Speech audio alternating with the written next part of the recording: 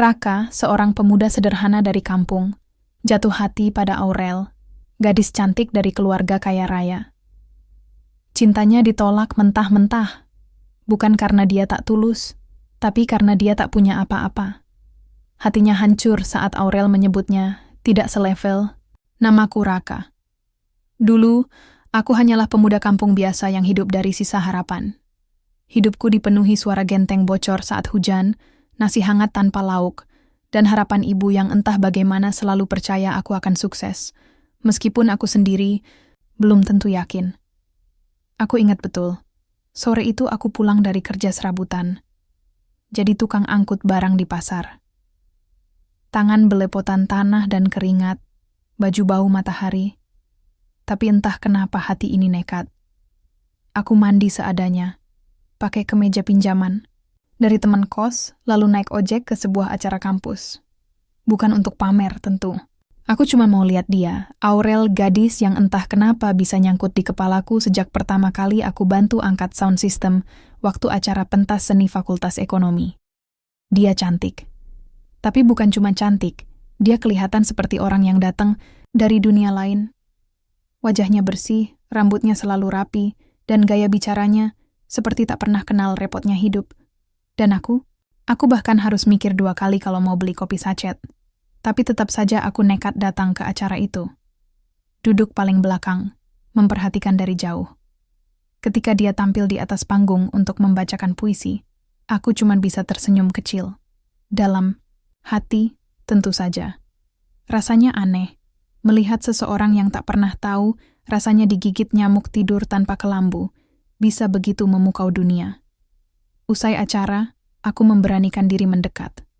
Aurel, puisi kamu tadi bagus, kataku sambil senyum sok tenang, padahal jantung udah kayak beduk maghrib. Dia menoleh sebentar, lalu tersenyum tipis. Oh, makasih. Kamu siapa ya? Tanyanya polos. Namaku udah 2 kali masuk daftar. Panitia bantu angkut barang loh. Raka. Pernah bantuin pas acara seni budaya. Kita sempat ngobrol bentar, jawabku. Masih mencoba percaya diri. Oh, iya ya. Maaf lupa. Soalnya banyak banget yang bantuin, katanya. Lalu mulai sibuk membuka tas tangan kecilnya. Aku tahu dia nggak tertarik. Tapi aku juga tahu aku nggak bisa terus diam. Aku cuma mau bilang satu hal lagi, kataku. Dia menatapku, setengah enggan, setengah bingung. Aku suka sama kamu. Ya, di antara gedung kampus mewah, bau parfum mahal, dan gelak tawa temannya. Yang duduk tak jauh dari kami, aku, Raka anak tukang kayu, menyatakan perasaan ke gadis dari keluarga pemilik perumahan elit. Sejenak dia diam, lalu senyum. Tapi senyum yang beda, bukan senyum manis, tapi senyum kasihan. Raka, ya? Maaf, tapi kamu tahu sendiri kan siapa kamu dan siapa aku. Dunia kita beda. Aku nggak bisa ngejalanin sesuatu yang bahkan dari awal udah mustahil. Deg, rasanya seperti ditampar. Tapi aku nggak marah, karena dia benar. Dia menambahkan lagi sebelum pergi. Aku bukan cewek yang suka sok drama. Jadi daripada kamu berharap, lebih baik kita anggap ini nggak pernah terjadi ya. Dia pergi. Aku tetap berdiri di sana. Beberapa temannya sempat melirik ke arahku sambil cekikikan. Aku merasa hancur. Tapi juga anehnya, hidup. Malam itu aku pulang sambil jalan kaki. Uang habis buat ojek tadi. Tapi otak ini dipenuhi satu suara. Aku bakal jadi orang sukses. Bukan buat balas dendam, tapi biar aku nggak ngerasa sekecil ini lagi. Sesampainya di rumah, ibu sudah tidur. Di dapur cuma ada nasi putih dan kerupuk. Aku duduk lama di lantai, memandangi langit-langit rumah yang retak-retak. Aku harus keluar dari tempat ini, gumamku sendiri. Besoknya, aku pamit ke ibu. Kataku, mau coba peruntungan di Jakarta. Ibu cuma menatapku lama, lalu senyum. Kalau kamu percaya bisa, berangkatlah. Tapi jangan lupa pulang kalau gagal. Rumah ini tetap rumahmu. Air mata hampir jatuh. Tapi ku tahan. Aku nggak boleh gagal. Aku nggak boleh terus jadi cowok yang ditolak cuman karena nggak punya apa-apa. Dan begitulah semuanya dimulai. Dari satu penolakan, dari satu luka kecil, yang jadi bahan bakar paling besar dalam hidupku. Jakarta, kota yang katanya penuh harapan, tapi juga bisa jadi tempat paling kejam kalau kamu datang tanpa rencana, tanpa kenalan, dan tanpa uang lebih dari 100.000 di dompet. Hari pertama, aku tidur di musala terminal. Hari kedua, aku nginep di emperan warung yang udah tutup. Hari ketiga, baru ketemu teman SMA yang bersedia nyempilin aku di kamar kosnya yang sempit dan lembab, dengan kasur tipis yang bikin punggung lebih sakit daripada kerja bakti angkat batu di kampung. Tapi anehnya, aku nggak merasa kalah. Ada sesuatu dalam diriku yang terus nyala. Mungkin karena wajah Aurel yang terus muncul di kepala. Bukan karena aku masih cinta. Enggak, bukan itu. Tapi karena caranya menolak aku, seolah-olah aku nggak layak. Seperti aku bukan siapa-siapa. Dan mungkin waktu itu memang iya. Tapi aku janji, suatu hari nanti, aku bakal jadi seseorang yang bahkan dia pun nggak berani lirik sebelah mata. Aku mulai cari kerja apa aja. Jadi pelayan kafe, ditolak. Jaga parkiran, dibilang terlalu kurus. Bantu-bantu gudang, cuma dikasih kerja, sekali lalu diganti. Sampai suatu hari, aku lihat poster kecil di tiang listrik. Open casting, cari wajah baru untuk sinetron harian. Aku nggak ngerti apa-apa soal acting. Tapi yang ku tahu, kalau dunia ini butuh wajah baru, mungkin wajahku bisa dicoba. Datanglah aku ke tempat casting di daerah Cikini. Ratusan orang antre. Semuanya lebih keren, lebih tinggi, lebih putih, lebih glowing. Ada yang bawa portfolio, ada yang udah pakai makeup lengkap. Aku pakai kaos putih lusuh, rambut seadanya, dan keyakinan setengah matang. Pas giliranku dipanggil, mereka cuma nanya nama, asal, dan disuruh akting pura-pura nemuin pacar selingkuh. Skena drama sinetron kelas jam 5 sore, aku coba.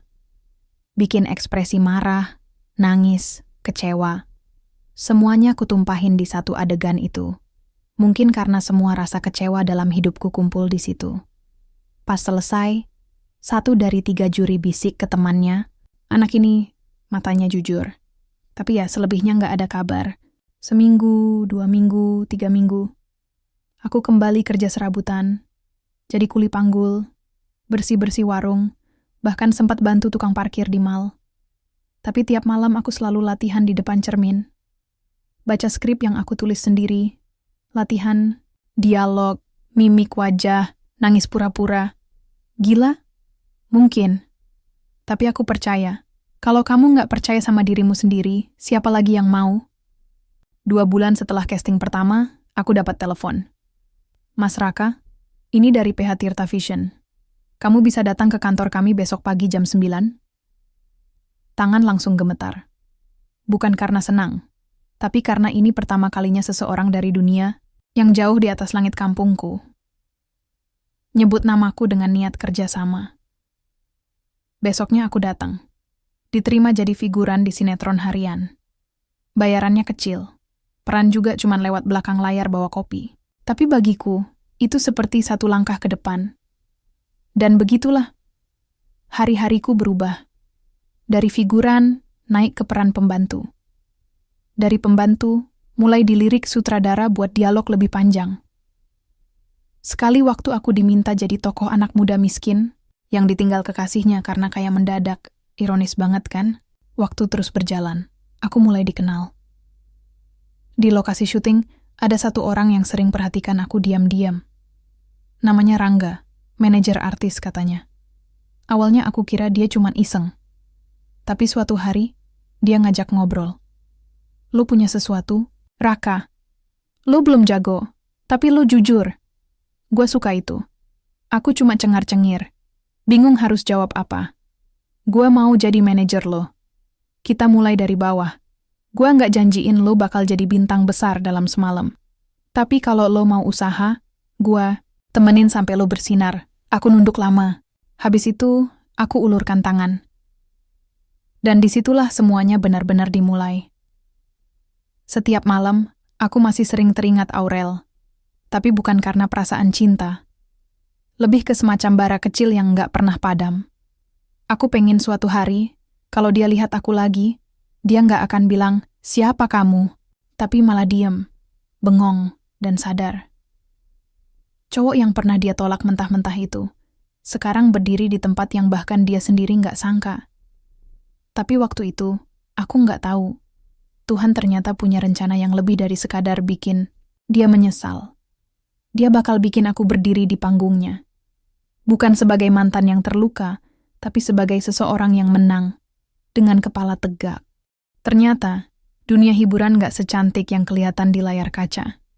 Di balik lampu sorot, makeup tebal, dan senyum selebriti, ada tempat gelap yang penuh intrik, saling sikut, dan kadang tipu-tipu. Aku mulai ngerasain itu pas masuk tahun keduaku di Jakarta. Waktu itu, nama aku udah mulai muncul di kredit akhir sinetron sore. Muncul 5 detik, tapi buatku itu seperti naik pangkat. Tapi di saat itulah, jebakan-jebakan dunia terkenal mulai berdatangan. Suatu hari, ada agensi baru nawarin kerjasama. Katanya mereka punya jalur cepat buat bikin artis naik daun. Mereka janjiin banyak, mulai dari peran utama di web series, sampai endorsement produk luar negeri. Awalnya aku skeptis, tapi setelah lihat mereka kerja sama beberapa artis muda, aku mulai percaya. Mereka minta aku tanda tangan kontrak eksklusif selama 2 tahun. Waktu itu aku belum ngerti legalitas atau gimana sistem manajemen artis. Yang aku tahu cuma, ini bisa jadi jalan pintas. Dan ternyata, itu jalan tikus ke jurang.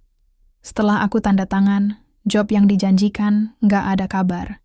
Justru semua tawaran yang datang dari luar, yang udah pernah masuk lewat Rangga, semuanya diblokir. Aku dibekukan. Nama aku nggak naik-naik. Proyek. Yang katanya segera tayang, nggak pernah syuting. Yang ada, aku disuruh bayar biaya promosi yang nggak pernah jelas kemana larinya. Rangga murka. Tapi dia juga nggak bisa banyak bantu. Kontrak lo udah ditandatangani. Gua udah bilang, jangan sembarangan, katanya sambil nahan marah. Aku diam, nyesel, tapi nggak mau nyalahin siapa-siapa. Ini salahku. Aku terlalu gampang percaya. Bulan-bulan berikutnya, aku hidup dari sisa tabungan. Kembali ke pekerjaan serabutan. Tapi kali ini rasanya lebih menyakitkan. Karena aku sempat merasakan panggung. Lalu jatuh lagi ke bawah. Hari-hariku kembali gelap. Tapi entah kenapa, aku nggak sepenuhnya hancur. Ada satu malam yang aku ingat jelas. Malam di mana hujan deras banget dan aku terjebak di halte bus sendirian. Jaketku tipis, sepatu bocor, dan handphone lowbat. Di hadapanku, baliho besar terpampang wajah artis muda yang dulu sempat jadi lawan mainku. Sekarang jadi bintang iklan sabun terkenal. Dan aku duduk diam, sendiri, di tengah keramaian kota yang nggak pernah peduli siapa yang jatuh. Malam itu, aku nggak nangis. Aku cuma ketawa kecil dan bilang ke diri sendiri, Raka, kalau lo nyerah sekarang, semua luka lo jadi sia-sia. Keesokan harinya, aku temui Rangga lagi. Minta maaf. Minta kesempatan kedua. Dia nggak langsung jawab. Cuma narik napas panjang, lalu berkata, Gua nggak butuh artis sempurna, Rak. Tapi gua butuh partner yang kuat. Kalau lo siap, kita mulai lagi dari nol. Tapi kali ini, lo dengerin gue. Aku angguk. Kali ini sungguh-sungguh. Kami mulai dari nol lagi. Rangga kenalkan aku ke komunitas teater kecil. Aku belajar dasar-dasar akting dengan cara lama. Dari panggung ke panggung kecil. Bayarannya kadang cuma makan siang dan ongkos pulang. Tapi di situ aku mulai ngerti arti memerankan, bukan cuma soal dialog, tapi soal jiwa. Dari sana, aku mulai dapat tawaran peran di film pendek independen. Satu film kecil ternyata viral di media sosial, karena karakter yang aku mainkan dianggap relatable banget. Dari sana, pelan-pelan tawaran mulai berdatangan lagi. Kali ini aku nggak serakah. Setiap langkah kupilih hati-hati.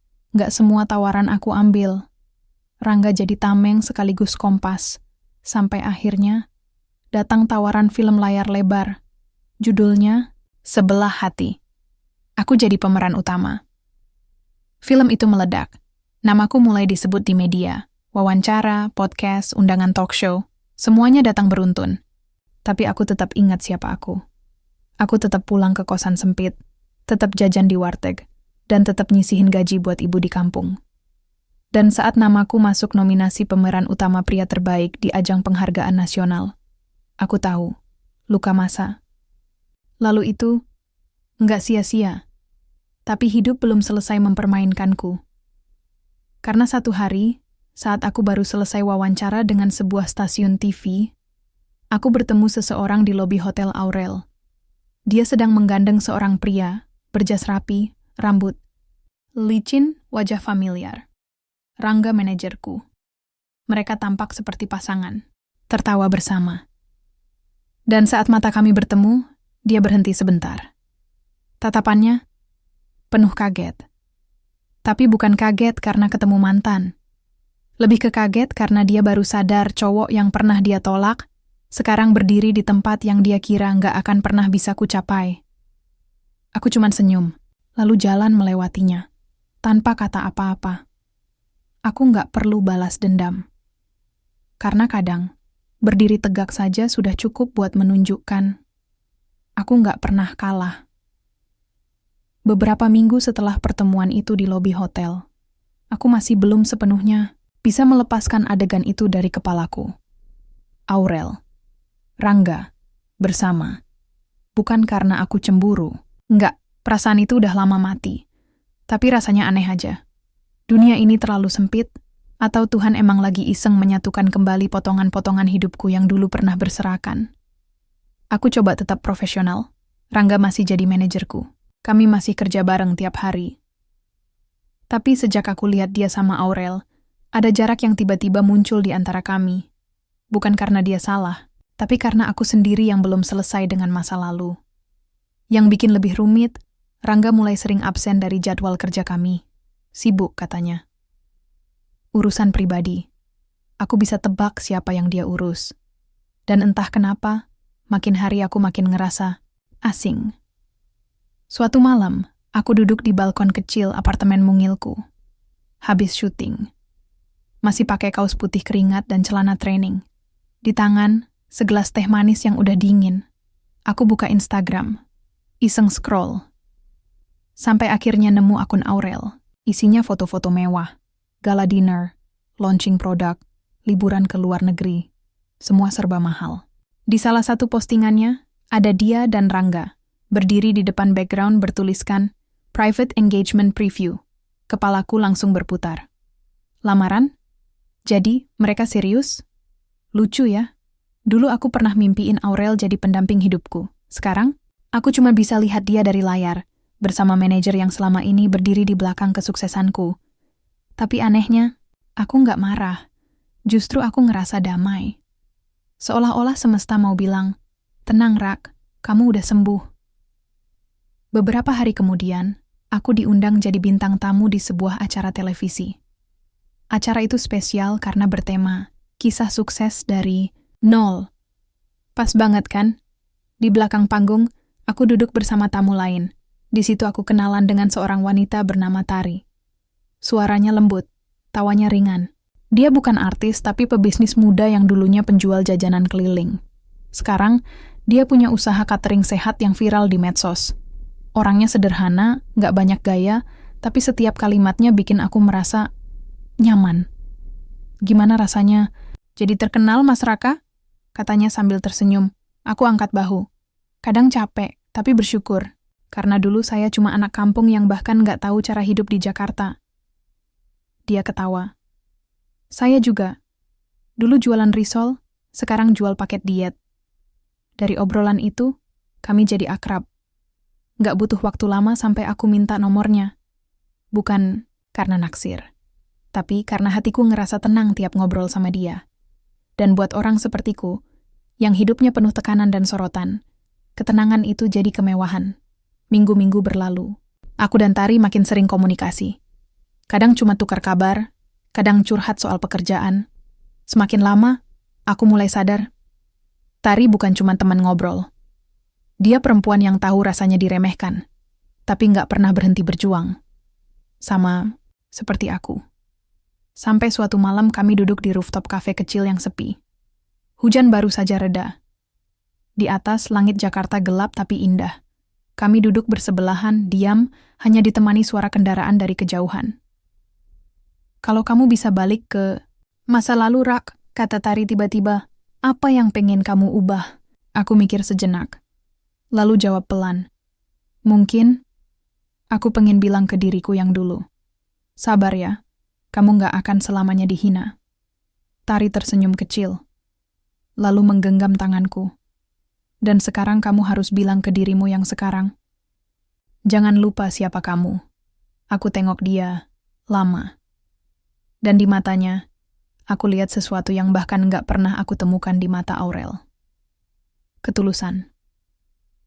Malam itu juga, aku pulang dengan hati penuh tanda tanya. Apakah ini awal dari babak baru? Apakah hati yang dulu hancur bisa percaya lagi? Tapi sebelum aku sempat menyelami perasaan itu lebih jauh, Rangga datang ke apartemenku malam-malam. Wajahnya tegang. Rak, gue harus ngomong, katanya, duduk, tanpa basa-basi. Gue tunangan sama Aurel. Aku angguk. Gue udah tahu. Dia kaget. Lo nggak marah? Aku tarik napas panjang. Enggak, gue cuma bingung. Kenapa lo nggak cerita langsung dari awal? Rangga diam.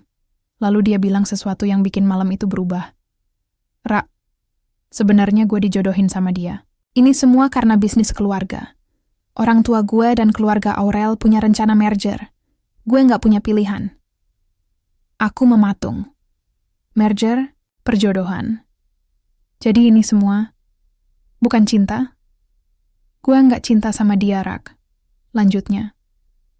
Tapi gue juga nggak bisa lepas begitu aja. Gue terjebak. Aku nggak tahu harus jawab apa. Yang jelas, malam itu, semua yang tadinya tampak jelas, mendadak, buram dan untuk pertama kalinya dalam waktu yang lama, aku kembali merasa kecil. Setelah percakapan dengan Rangga malam itu, ada perasaan campur aduk yang membuncah dalam dadaku. Selama ini, aku selalu menganggap kalau dunia hiburan adalah tentang mimpi dan pencapaian, tapi ternyata di balik itu semua ada banyak permainan, kotor. Aku nggak pernah menyangka Rangga terjebak dalam permainan yang lebih besar dan yang lebih mengejutkan. Aurel ternyata juga hanya salah satu pion dalam rencana keluarga. Aku merasa seolah hidup ini dipermainkan. Sudah cukup lama aku berjuang untuk membuktikan diriku. Tapi sekarang, tiba-tiba saja, aku terjebak dalam sebuah drama yang tak pernah kuceritakan. Apakah aku hanya sekadar menjadi penonton dalam hidupku sendiri? Apakah semua yang sudah kulakukan cuma menjadi sebuah kebetulan, bukan pilihan yang benar-benar aku ambil? Keesokan harinya, Rangga memanggilku untuk pertemuan di kantor. Aku datang dengan hati yang masih gamang. Aku merasa seperti sedang berjalan di atas tali, siap jatuh kapan saja. Rak, gue minta maaf, kata Rangga, setelah aku duduk. Gue udah berusaha untuk jujur sama lo. Cuma gue nggak tahu gimana caranya ngasih tahu. Ini, aku cuman mengangguk, bingung mau bilang apa. Ini terlalu rumit. Lo harus tahu Aurel nggak salah. Gue yang salah. Gue harus pilih antara keluarga dan pekerjaan gue. Lanjut Rangga, menunduk. Lo adalah teman terbaik yang pernah gue punya, dan lo nggak pantas ada di tengah semua ini. Aku tarik napas panjang, mencoba menenangkan diri. Aku sudah lama mengenal Rangga, sudah lama bekerja sama dengannya. Tapi kali ini, aku nggak tahu lagi apakah aku bisa melihatnya sama seperti sebelumnya. Lo, tahu kan, gue bukan orang yang pengen nyalahin siapa-siapa. Jawabku pelan. Tapi, kalau semua ini cuma karena bisnis keluarga, apa yang gue perjuangkan selama ini? Semua yang gue capai, apakah itu cuma bagian dari rencana besar? Rangga diam. Aku bisa melihat betapa beratnya yang dia rasakan. Dia seperti terjebak dalam jaring yang terlalu kuat untuk dia lepas. Aku pun mengalihkan perhatian pada hal lain, pada diriku. Apa yang harus aku lakukan? Haruskah aku melibatkan diri lebih dalam permainan ini? Atau sebaiknya aku mundur dan terus berjalan di jalanku sendiri? Malamnya, aku kembali teringat pada percakapan dengan Tari. Dia sudah tahu sedikit banyak tentang apa yang terjadi, karena dia selalu jadi pendengar yang baik. Setelah syuting selesai, aku mampir ke restoran kecil tempat kami biasa nongkrong.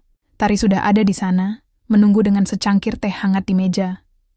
"Lu kelihatan lelah," katanya dengan senyum tipis. Aku duduk di hadapannya, lalu memesan teh hangat juga.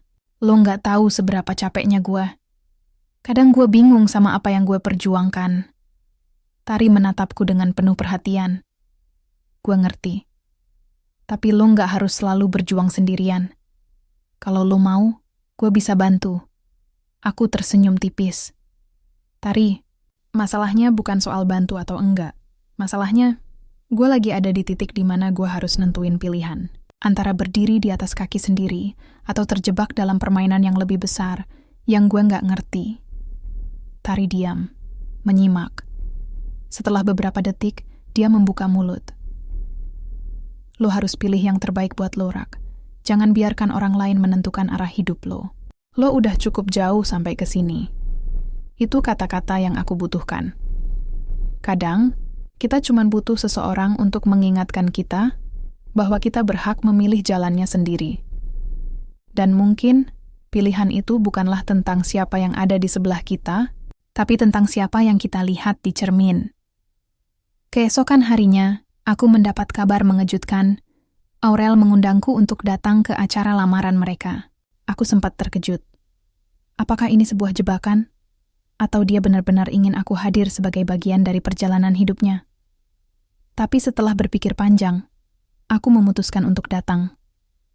Bukan untuk membalas dendam, tapi untuk menunjukkan pada diriku sendiri bahwa aku sudah melewati semua rintangan ini. Aku sudah berada di tempat yang lebih tinggi dari sebelumnya. Aku tidak butuh pengakuan dari siapapun, apalagi dari Aurel atau siapapun yang dulu meremehkan aku. Aku datang dengan percaya diri, tampil rapi, tapi tetap dengan jiwa yang bebas. Acara lamaran itu berlangsung di sebuah hotel mewah, dengan dekorasi megah dan tamu-tamu yang sepertinya berasal dari kalangan elit. Di tengah keramaian, aku merasa seperti seorang asing. Semua mata seolah mengarah ke arahku, tamu yang terkenal. Tapi entah kenapa, aku merasa tak ada tempat di sana. Namun, ketika Aurel datang menghampiriku, aku bisa merasakan ketegangan dalam tatapannya. Dia tak tahu harus berbuat apa.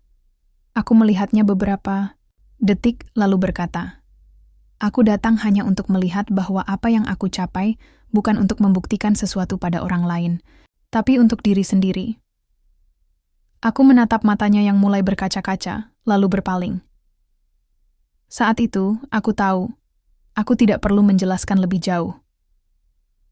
Malam itu aku merasa seperti seorang yang kehilangan arah, terperangkap dalam perasaan yang bertabrakan. Aku baru saja meninggalkan acara lamaran Aurel, berjalan keluar dari ballroom mewah dengan langkah yang lebih berat daripada yang bisa kubayangkan.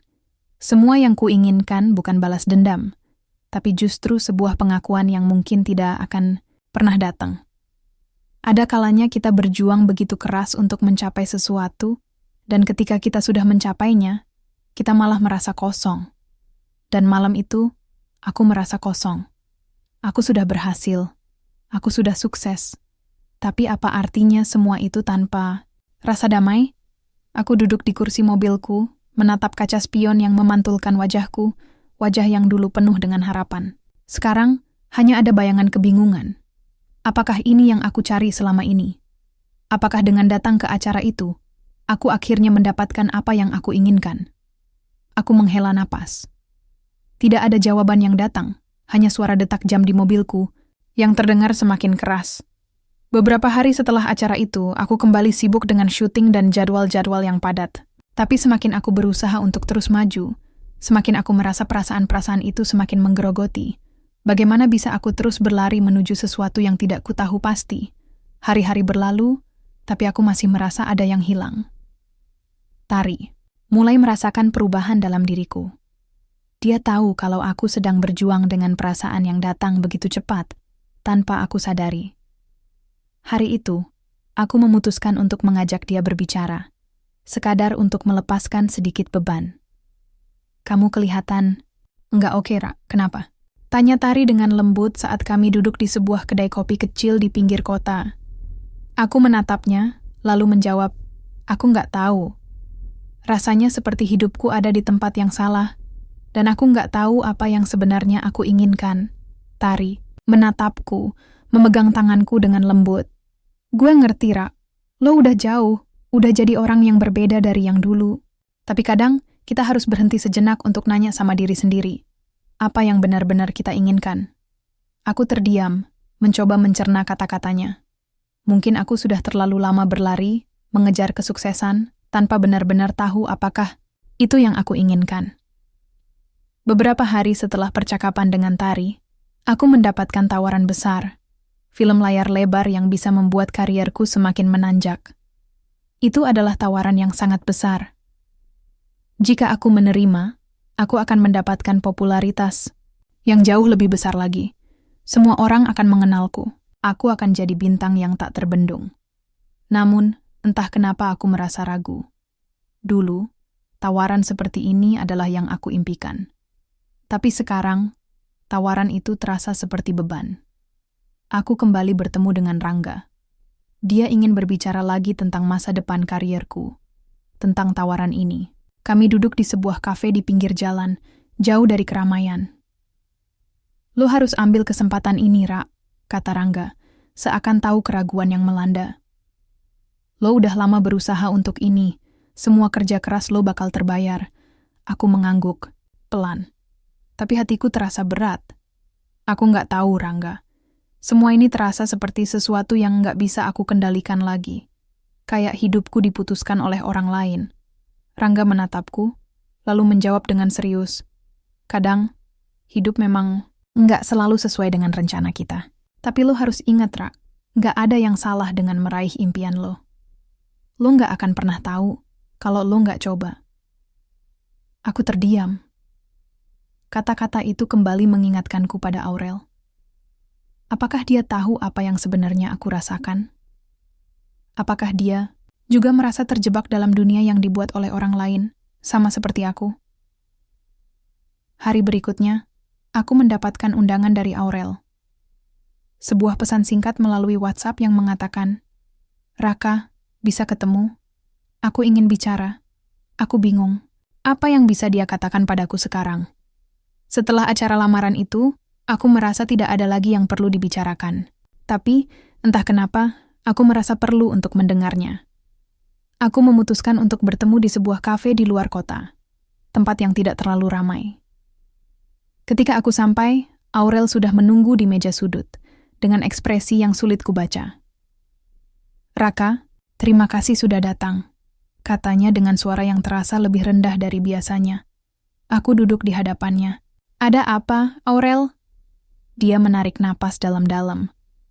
Aku cuma ingin bilang, gue gak pernah bermaksud untuk nyakitin lo. Gue tahu, lo pasti ngerasa gue ninggalin lo begitu aja, tapi waktu itu, gue gak tahu apa yang harus gue pilih. Aku terdiam. "Jadi lo datang ke sini buat minta maaf?" Aurel menunduk. "Sebagian besar hidup gue dipilihkan oleh orang tua gue, Rak. Semua keputusan, termasuk perjodohan ini, gue gak punya pilihan." Aku merasa ada yang aneh dengan kata-kata itu. Apakah dia merasa terjebak seperti aku? Apakah selama ini dia juga berjuang untuk kebebasan yang tidak pernah dia dapatkan? Dia melanjutkan, "Gue minta maaf. Gue tahu, gak bisa memperbaiki apa yang udah terjadi, tapi gue gak mau terus hidup dalam kebohongan." Aku merasa ada getaran aneh dalam hatiku. Sebuah simpati yang tak terduga.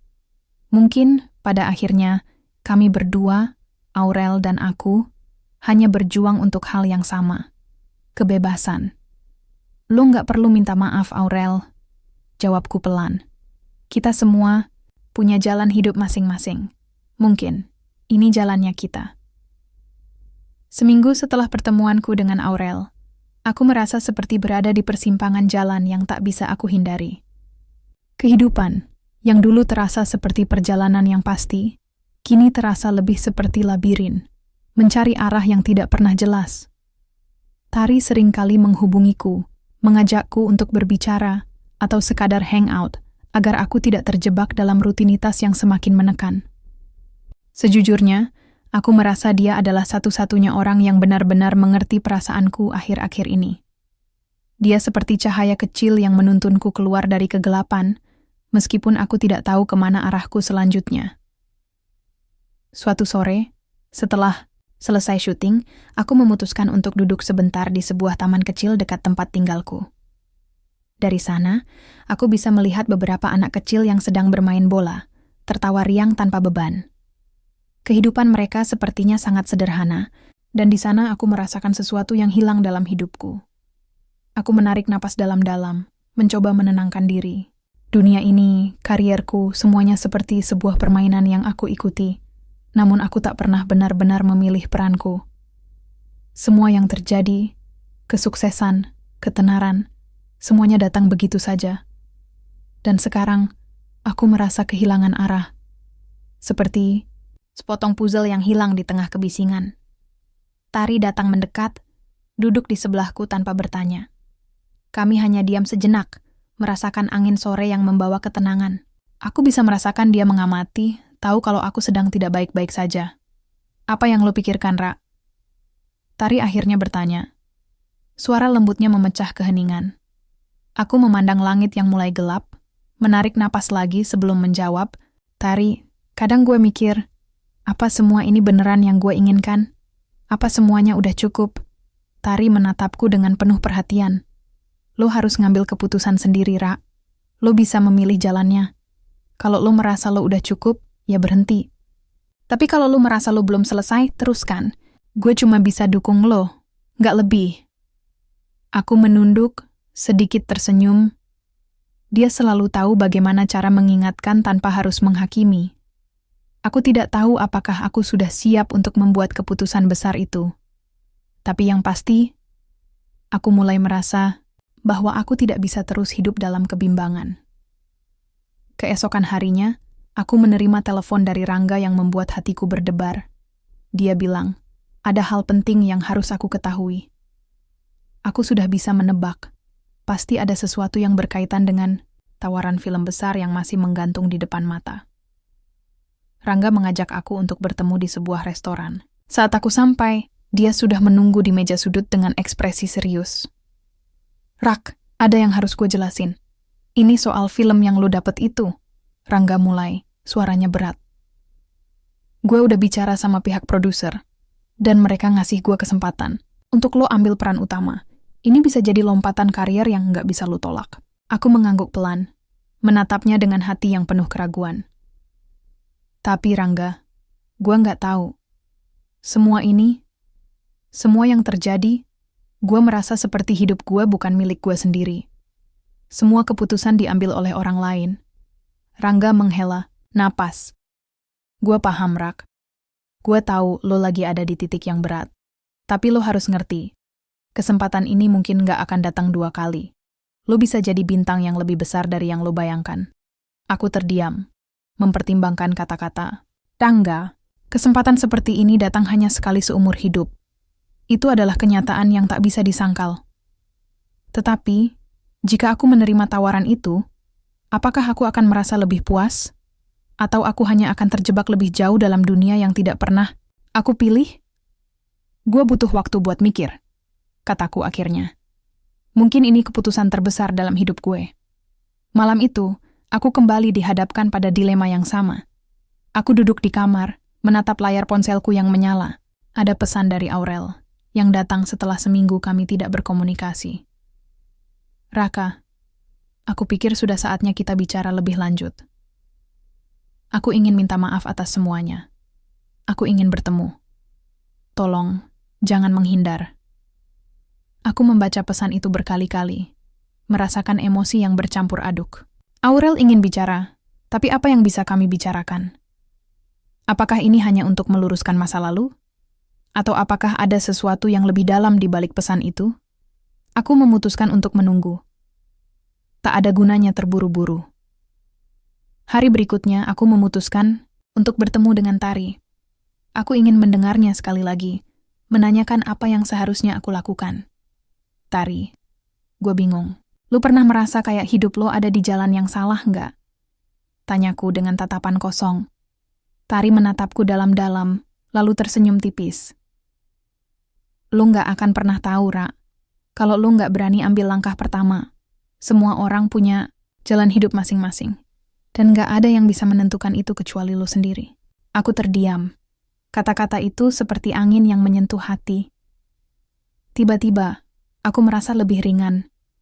Keputusan itu bukan tentang siapa yang benar atau salah. Keputusan itu tentang apa yang aku rasa benar untuk diriku sendiri. Lo harus percaya sama diri lo sendiri, Rak. Tari melanjutkan. Lo udah jauh. Jangan biarkan dunia ini mengendalikan lo. Aku tersenyum. Mungkin inilah saatnya untuk akhirnya memilih jalanku sendiri. Setelah berbicara dengan Tari, aku merasa ada sesuatu yang bergerak dalam diriku. Aku memutuskan untuk pergi menemui Aurel.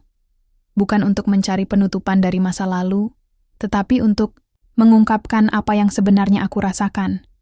Bahwa aku sudah berubah, dan aku sudah membuat pilihan yang akan membentuk masa depanku.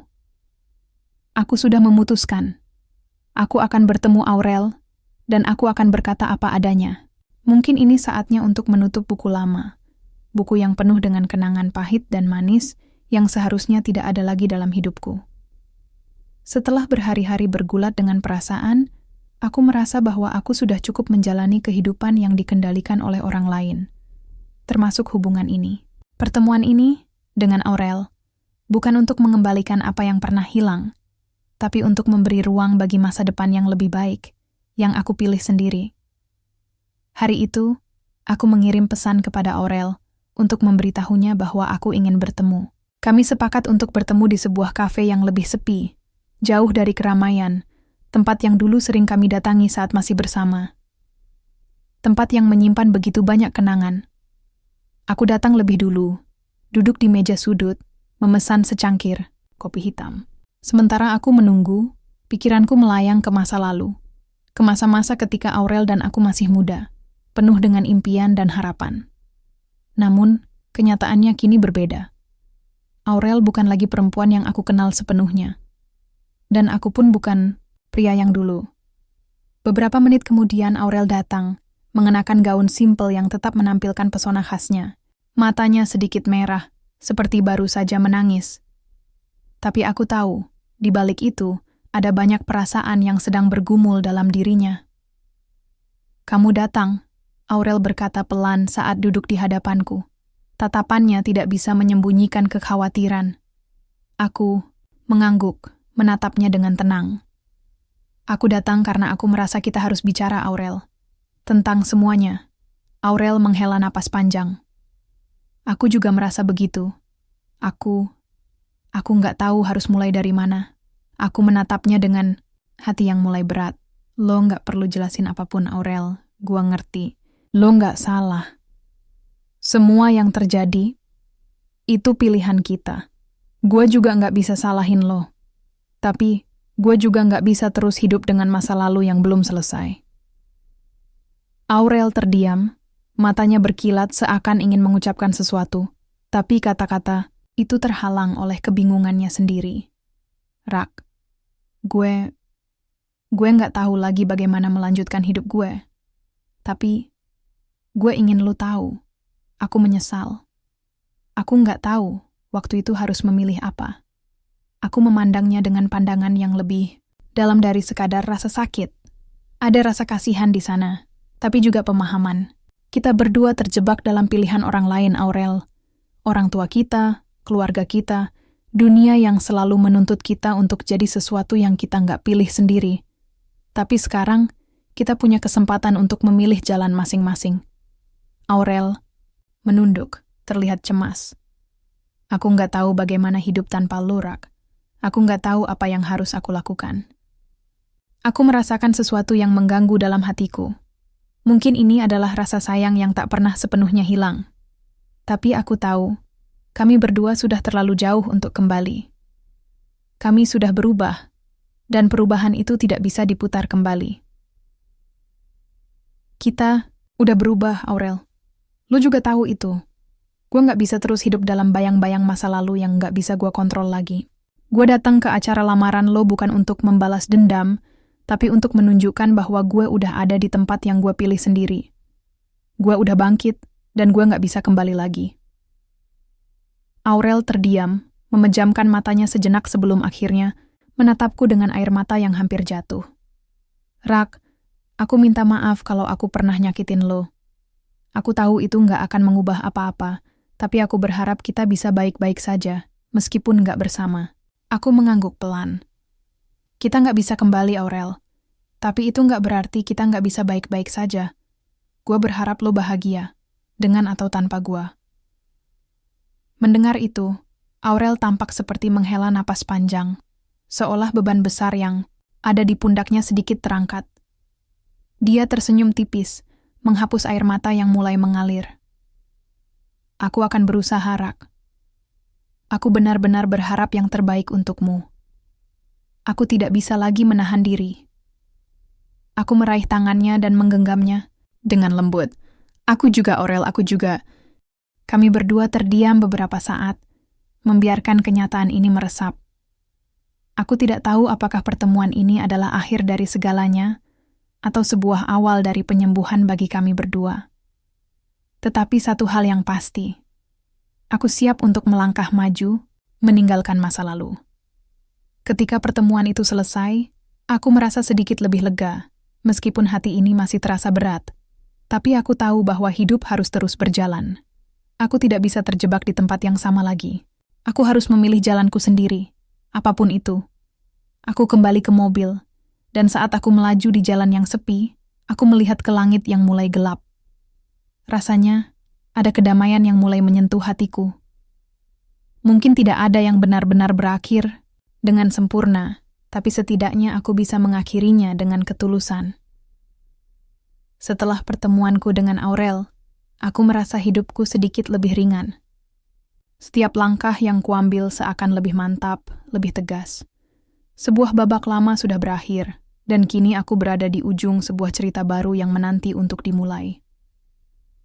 Aku kembali fokus pada karierku, menjalani hari-hari yang semakin sibuk dengan syuting, wawancara, dan berbagai proyek baru. Dunia hiburan yang selama ini aku anggap sebagai pelarian, kini terasa berbeda. Aku mulai melihatnya sebagai kesempatan untuk tumbuh, bukan sekadar untuk memenuhi ekspektasi orang lain. Namun, meskipun aku merasa lebih bebas, ada satu hal yang masih membayangi pikiranku. Keputusan besar yang harus aku ambil tentang masa depan. Aku sudah memilih untuk meninggalkan Aurel, untuk beranjak dari masa lalu, tapi apa yang akan aku lakukan selanjutnya? Semua kesuksesan yang aku raih, semua ketenaran yang aku dapatkan, masih terasa kosong jika aku tidak tahu kemana arahku. Suatu sore, saat aku sedang berjalan menuju mobil, aku menerima pesan singkat dari Tari. Isinya sederhana, tapi aku tahu dia sudah lama ingin berbicara denganku lebih dalam. Rak, ada waktu untuk bertemu? Aku ingin ngobrol soal sesuatu yang penting. Pesan itu membuatku tertegun. Tidak biasanya Tari mengirim pesan seperti itu. Ada sesuatu yang berbeda, dan aku bisa merasakannya. Setelah beberapa pertimbangan, aku memutuskan untuk bertemu dengan Tari di sebuah kafe yang tenang. Tempat yang kami sering kunjungi, dan tempat yang sudah lama tak kami datangi bersama. Aku tiba lebih dulu, duduk di meja yang sama, dan menatap jalanan yang sudah mulai gelap. Tak lama kemudian, Tari datang, mengenakan gaun hitam sederhana dengan senyum yang sedikit canggung. Aku bisa melihat ada kegelisahan di matanya. "Hei Tari, apa yang lo ingin obrolin?" Tanyaku dengan suara santai. Meskipun hatiku sedikit gelisah, aku bisa merasakan ada sesuatu yang penting di balik semua ini. Tari duduk di hadapanku, menarik napas dalam-dalam sebelum akhirnya mulai bicara. "Rak, gue cuma pengen lo tahu. Gue nggak pernah bener-bener ngungkapin perasaan gue yang sebenarnya, tapi gue ngerasa sekarang waktu yang tepat." Aku terkejut. Dalam hati, aku berdebar. Aku tidak pernah benar-benar berpikir bahwa Tari punya perasaan lebih dari sekadar sahabat. Kami sudah berteman cukup lama, dan aku selalu menganggapnya sebagai teman dekat. Tapi kali ini, ada sesuatu yang berbeda dalam cara dia memandangku. Lu tahu kan gue selalu ada buat lo, Rak. Gue ngerti lu lebih baik dari siapapun, dan gue peduli sama lo. Gue nggak mau lo merasa kesepian, atau terjebak dalam dunia yang nggak lo pilih. Gue cuma pengen lo bahagia, nggak peduli siapa yang ada di samping lo. Aku terdiam, mencoba memahami apa yang dia katakan. Apakah ini mungkin perasaan yang lebih dari sekadar persahabatan? Apa yang harus aku katakan? Apa lo serius, Tari? Tanyaku pelan, mencoba mengurai semua perasaan yang muncul begitu saja. Tari hanya mengangguk. Iya, gue serius. Gue gak berharap lo jawab sekarang, tapi gue cuma pengen lo tahu. Mungkin kita bisa mencoba sesuatu yang berbeda. Gue gak mau lo ngerasa sendirian lagi, Ra. Hatiku bergejolak. Aku tak tahu harus bagaimana. Aku tidak ingin mengecewakan Tari, tapi di sisi lain, aku juga tahu bahwa aku belum sepenuhnya siap untuk membuka hati untuk seseorang lagi. Karierku, perjalanan hidupku, semuanya masih terasa belum selesai. Tapi di sisi lain, ada perasaan hangat yang mulai muncul, perasaan yang sudah lama terpendam. Tari, gue nggak bisa janji apa-apa sekarang. Gue masih banyak yang harus gue pikirin. Tapi gue nggak mau lo merasa gue nggak peduli. Jawabku jujur. Gue cuma butuh waktu. Tari tersenyum tipis, seakan lega. Gue paham, Ra. Gue nggak berharap lo jawab sekarang. Gue cuma pengen lo tahu gue ada di sini kalau lo butuh gue.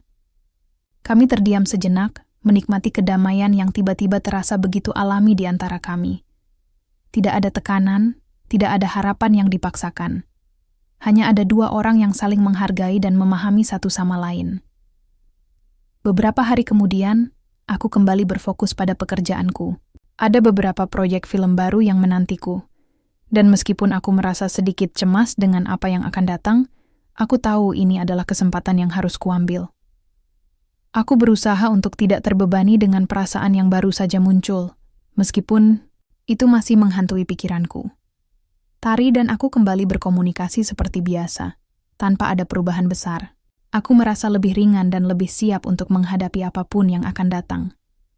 Namun, dalam benakku, masih ada satu pertanyaan besar yang belum terjawab. Apa yang sebenarnya aku inginkan dari hidup ini? Suatu malam, aku duduk di balkon apartemenku, menatap bintang-bintang yang bersinar di langit malam. Hidupku sudah berubah begitu banyak. Aku bukan lagi Raka si pemuda miskin yang ditolak oleh Aurel. Aku adalah Raka yang kini memiliki segalanya yang pernah aku impikan. Namun, masih ada satu hal yang belum aku temukan. Kedamaian. Aku ingin merasakan kebahagiaan yang bukan hanya dari popularitas atau kesuksesan, tapi kebahagiaan yang datang dari dalam diriku sendiri. Dan mungkin, disinilah aku harus mencari jawabannya. Beberapa minggu telah berlalu sejak pertemuanku dengan Tari. Sejak saat itu, hidupku tidak lagi dipenuhi dengan kebingungannya. Aku merasa lebih bebas, lebih jernih dalam memandang arah hidupku. Meski kesibukan pekerjaan terus mengalir, aku mulai lebih sering meluangkan waktu untuk diri sendiri, untuk merenung dan bertanya-tanya tentang apa yang sebenarnya aku inginkan. Aku kembali ke kota asalku untuk beberapa urusan pekerjaan. Dalam perjalanan, aku menyempatkan diri mengunjungi rumah tua yang dulu menjadi tempat tinggal kami. Rumah yang penuh kenangan, baik manis maupun pahit. Di sana, aku bisa merasakan ketenangan yang dulu sulit ditemukan, saat aku masih terbelenggu oleh ambisi dan perasaan ingin membuktikan diri. Tiba-tiba, teleponku berdering. Aku melihat nama Tari di layar, dan aku merasa seolah ada sesuatu yang berbeda. Aku mengangkat teleponnya. Rak, suaranya terdengar lembut. Ada sesuatu yang gue harus cerita ke lo. Sesuatu yang mungkin akan mengubah pandangan lo tentang kita. Aku duduk, merasa gugup. Apa, Tari? Tari terdiam sejenak. Gue baru aja selesai ngobrol sama Aurel, dan gue pikir ini penting buat lo tahu. Aku terdiam, heran. Aurel? Kenapa Aurel tiba-tiba ada hubungannya dengan pembicaraan kami? Namun aku tidak memotong pembicaraan Tari, memberi dia ruang untuk melanjutkan. Rak, Aurel. Aurel bilang dia menyesal. Lanjut Tari dengan suara penuh emosi. Dia sadar, semuanya yang dia lakukan di masa lalu itu salah. Dia seharusnya tidak pernah mengabaikan lo begitu saja, dan dia ingin minta maaf. Dia ingin bertemu lo. Hati aku berdebar. Aurel, setelah semua yang terjadi, aku tidak pernah membayangkan dia akan datang dengan permintaan maaf. Kenapa sekarang? Kenapa? Sekarang, Tari? Kenapa setelah semua yang terjadi, dia baru menyadari itu? Tanyaku, Suara sedikit tergetar, karena dia merasa kehilangan sesuatu yang sangat berharga. "Rak," jawab Tari pelan. Dia merasa kesepian, dan tahu dia nggak akan bisa mendapatkan kembali apa yang pernah dia miliki. Aku menghela napas dalam-dalam. Semua rasa sakit, kekecewaan, dan penolakan itu tiba-tiba muncul kembali. Namun kali ini, aku tidak merasa marah. Aku merasa kosong, seperti sudah tidak ada lagi ruang untuk Aurel dalam hidupku. "Gua nggak tahu, Tari," jawabku setelah beberapa saat terdiam. Mungkin Aurel bisa minta maaf, tapi itu nggak akan mengubah apa-apa.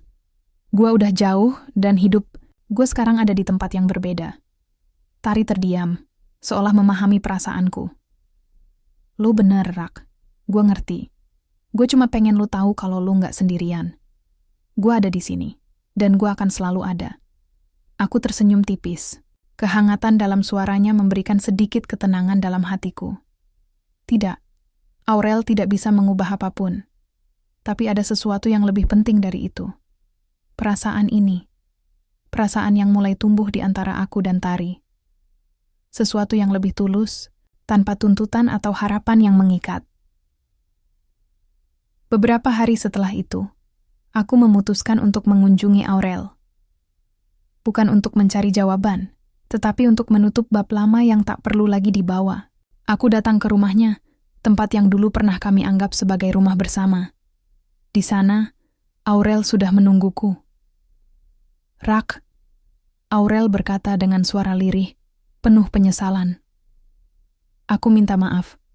Aku tahu tidak ada yang bisa mengembalikan waktu, tapi aku ingin lo tahu bahwa aku benar-benar menyesal." Aku melihatnya, dan meskipun ada rasa sesak di dada, aku bisa merasakannya, bahwa dia benar-benar menyesal.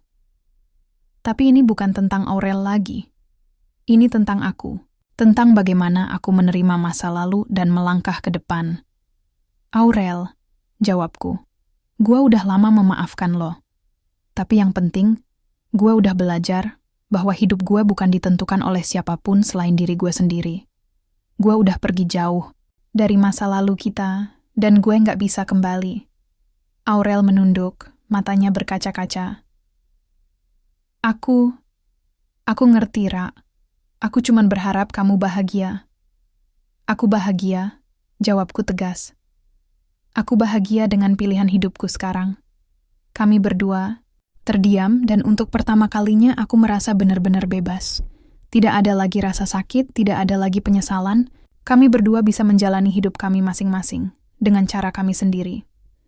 Beberapa waktu kemudian, aku semakin yakin dengan arah hidupku. Karier, hubungan, dan diriku sendiri, semuanya terasa lebih jelas.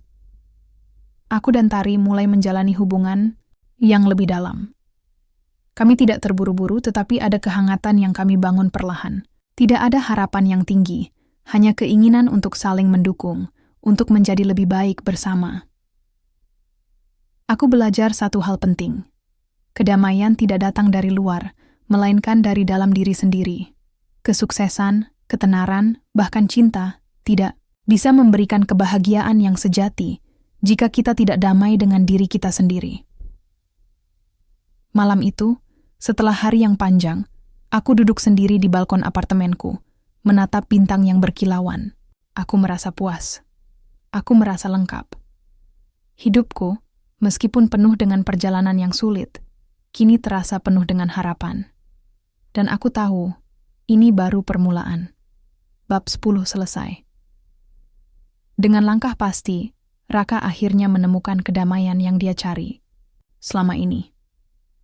Setelah berjuang dengan masa lalunya, dia memilih untuk merangkul masa depan yang lebih cerah, tanpa penyesalan, tanpa beban. Kini, hidupnya bukan lagi tentang mencari validasi, tapi tentang merasakan kebahagiaan sejati dari dalam diri.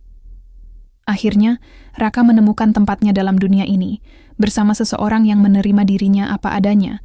Sebuah cerita yang dimulai dengan penolakan kini berakhir dengan penerimaan, kedamaian, dan cinta yang sejati.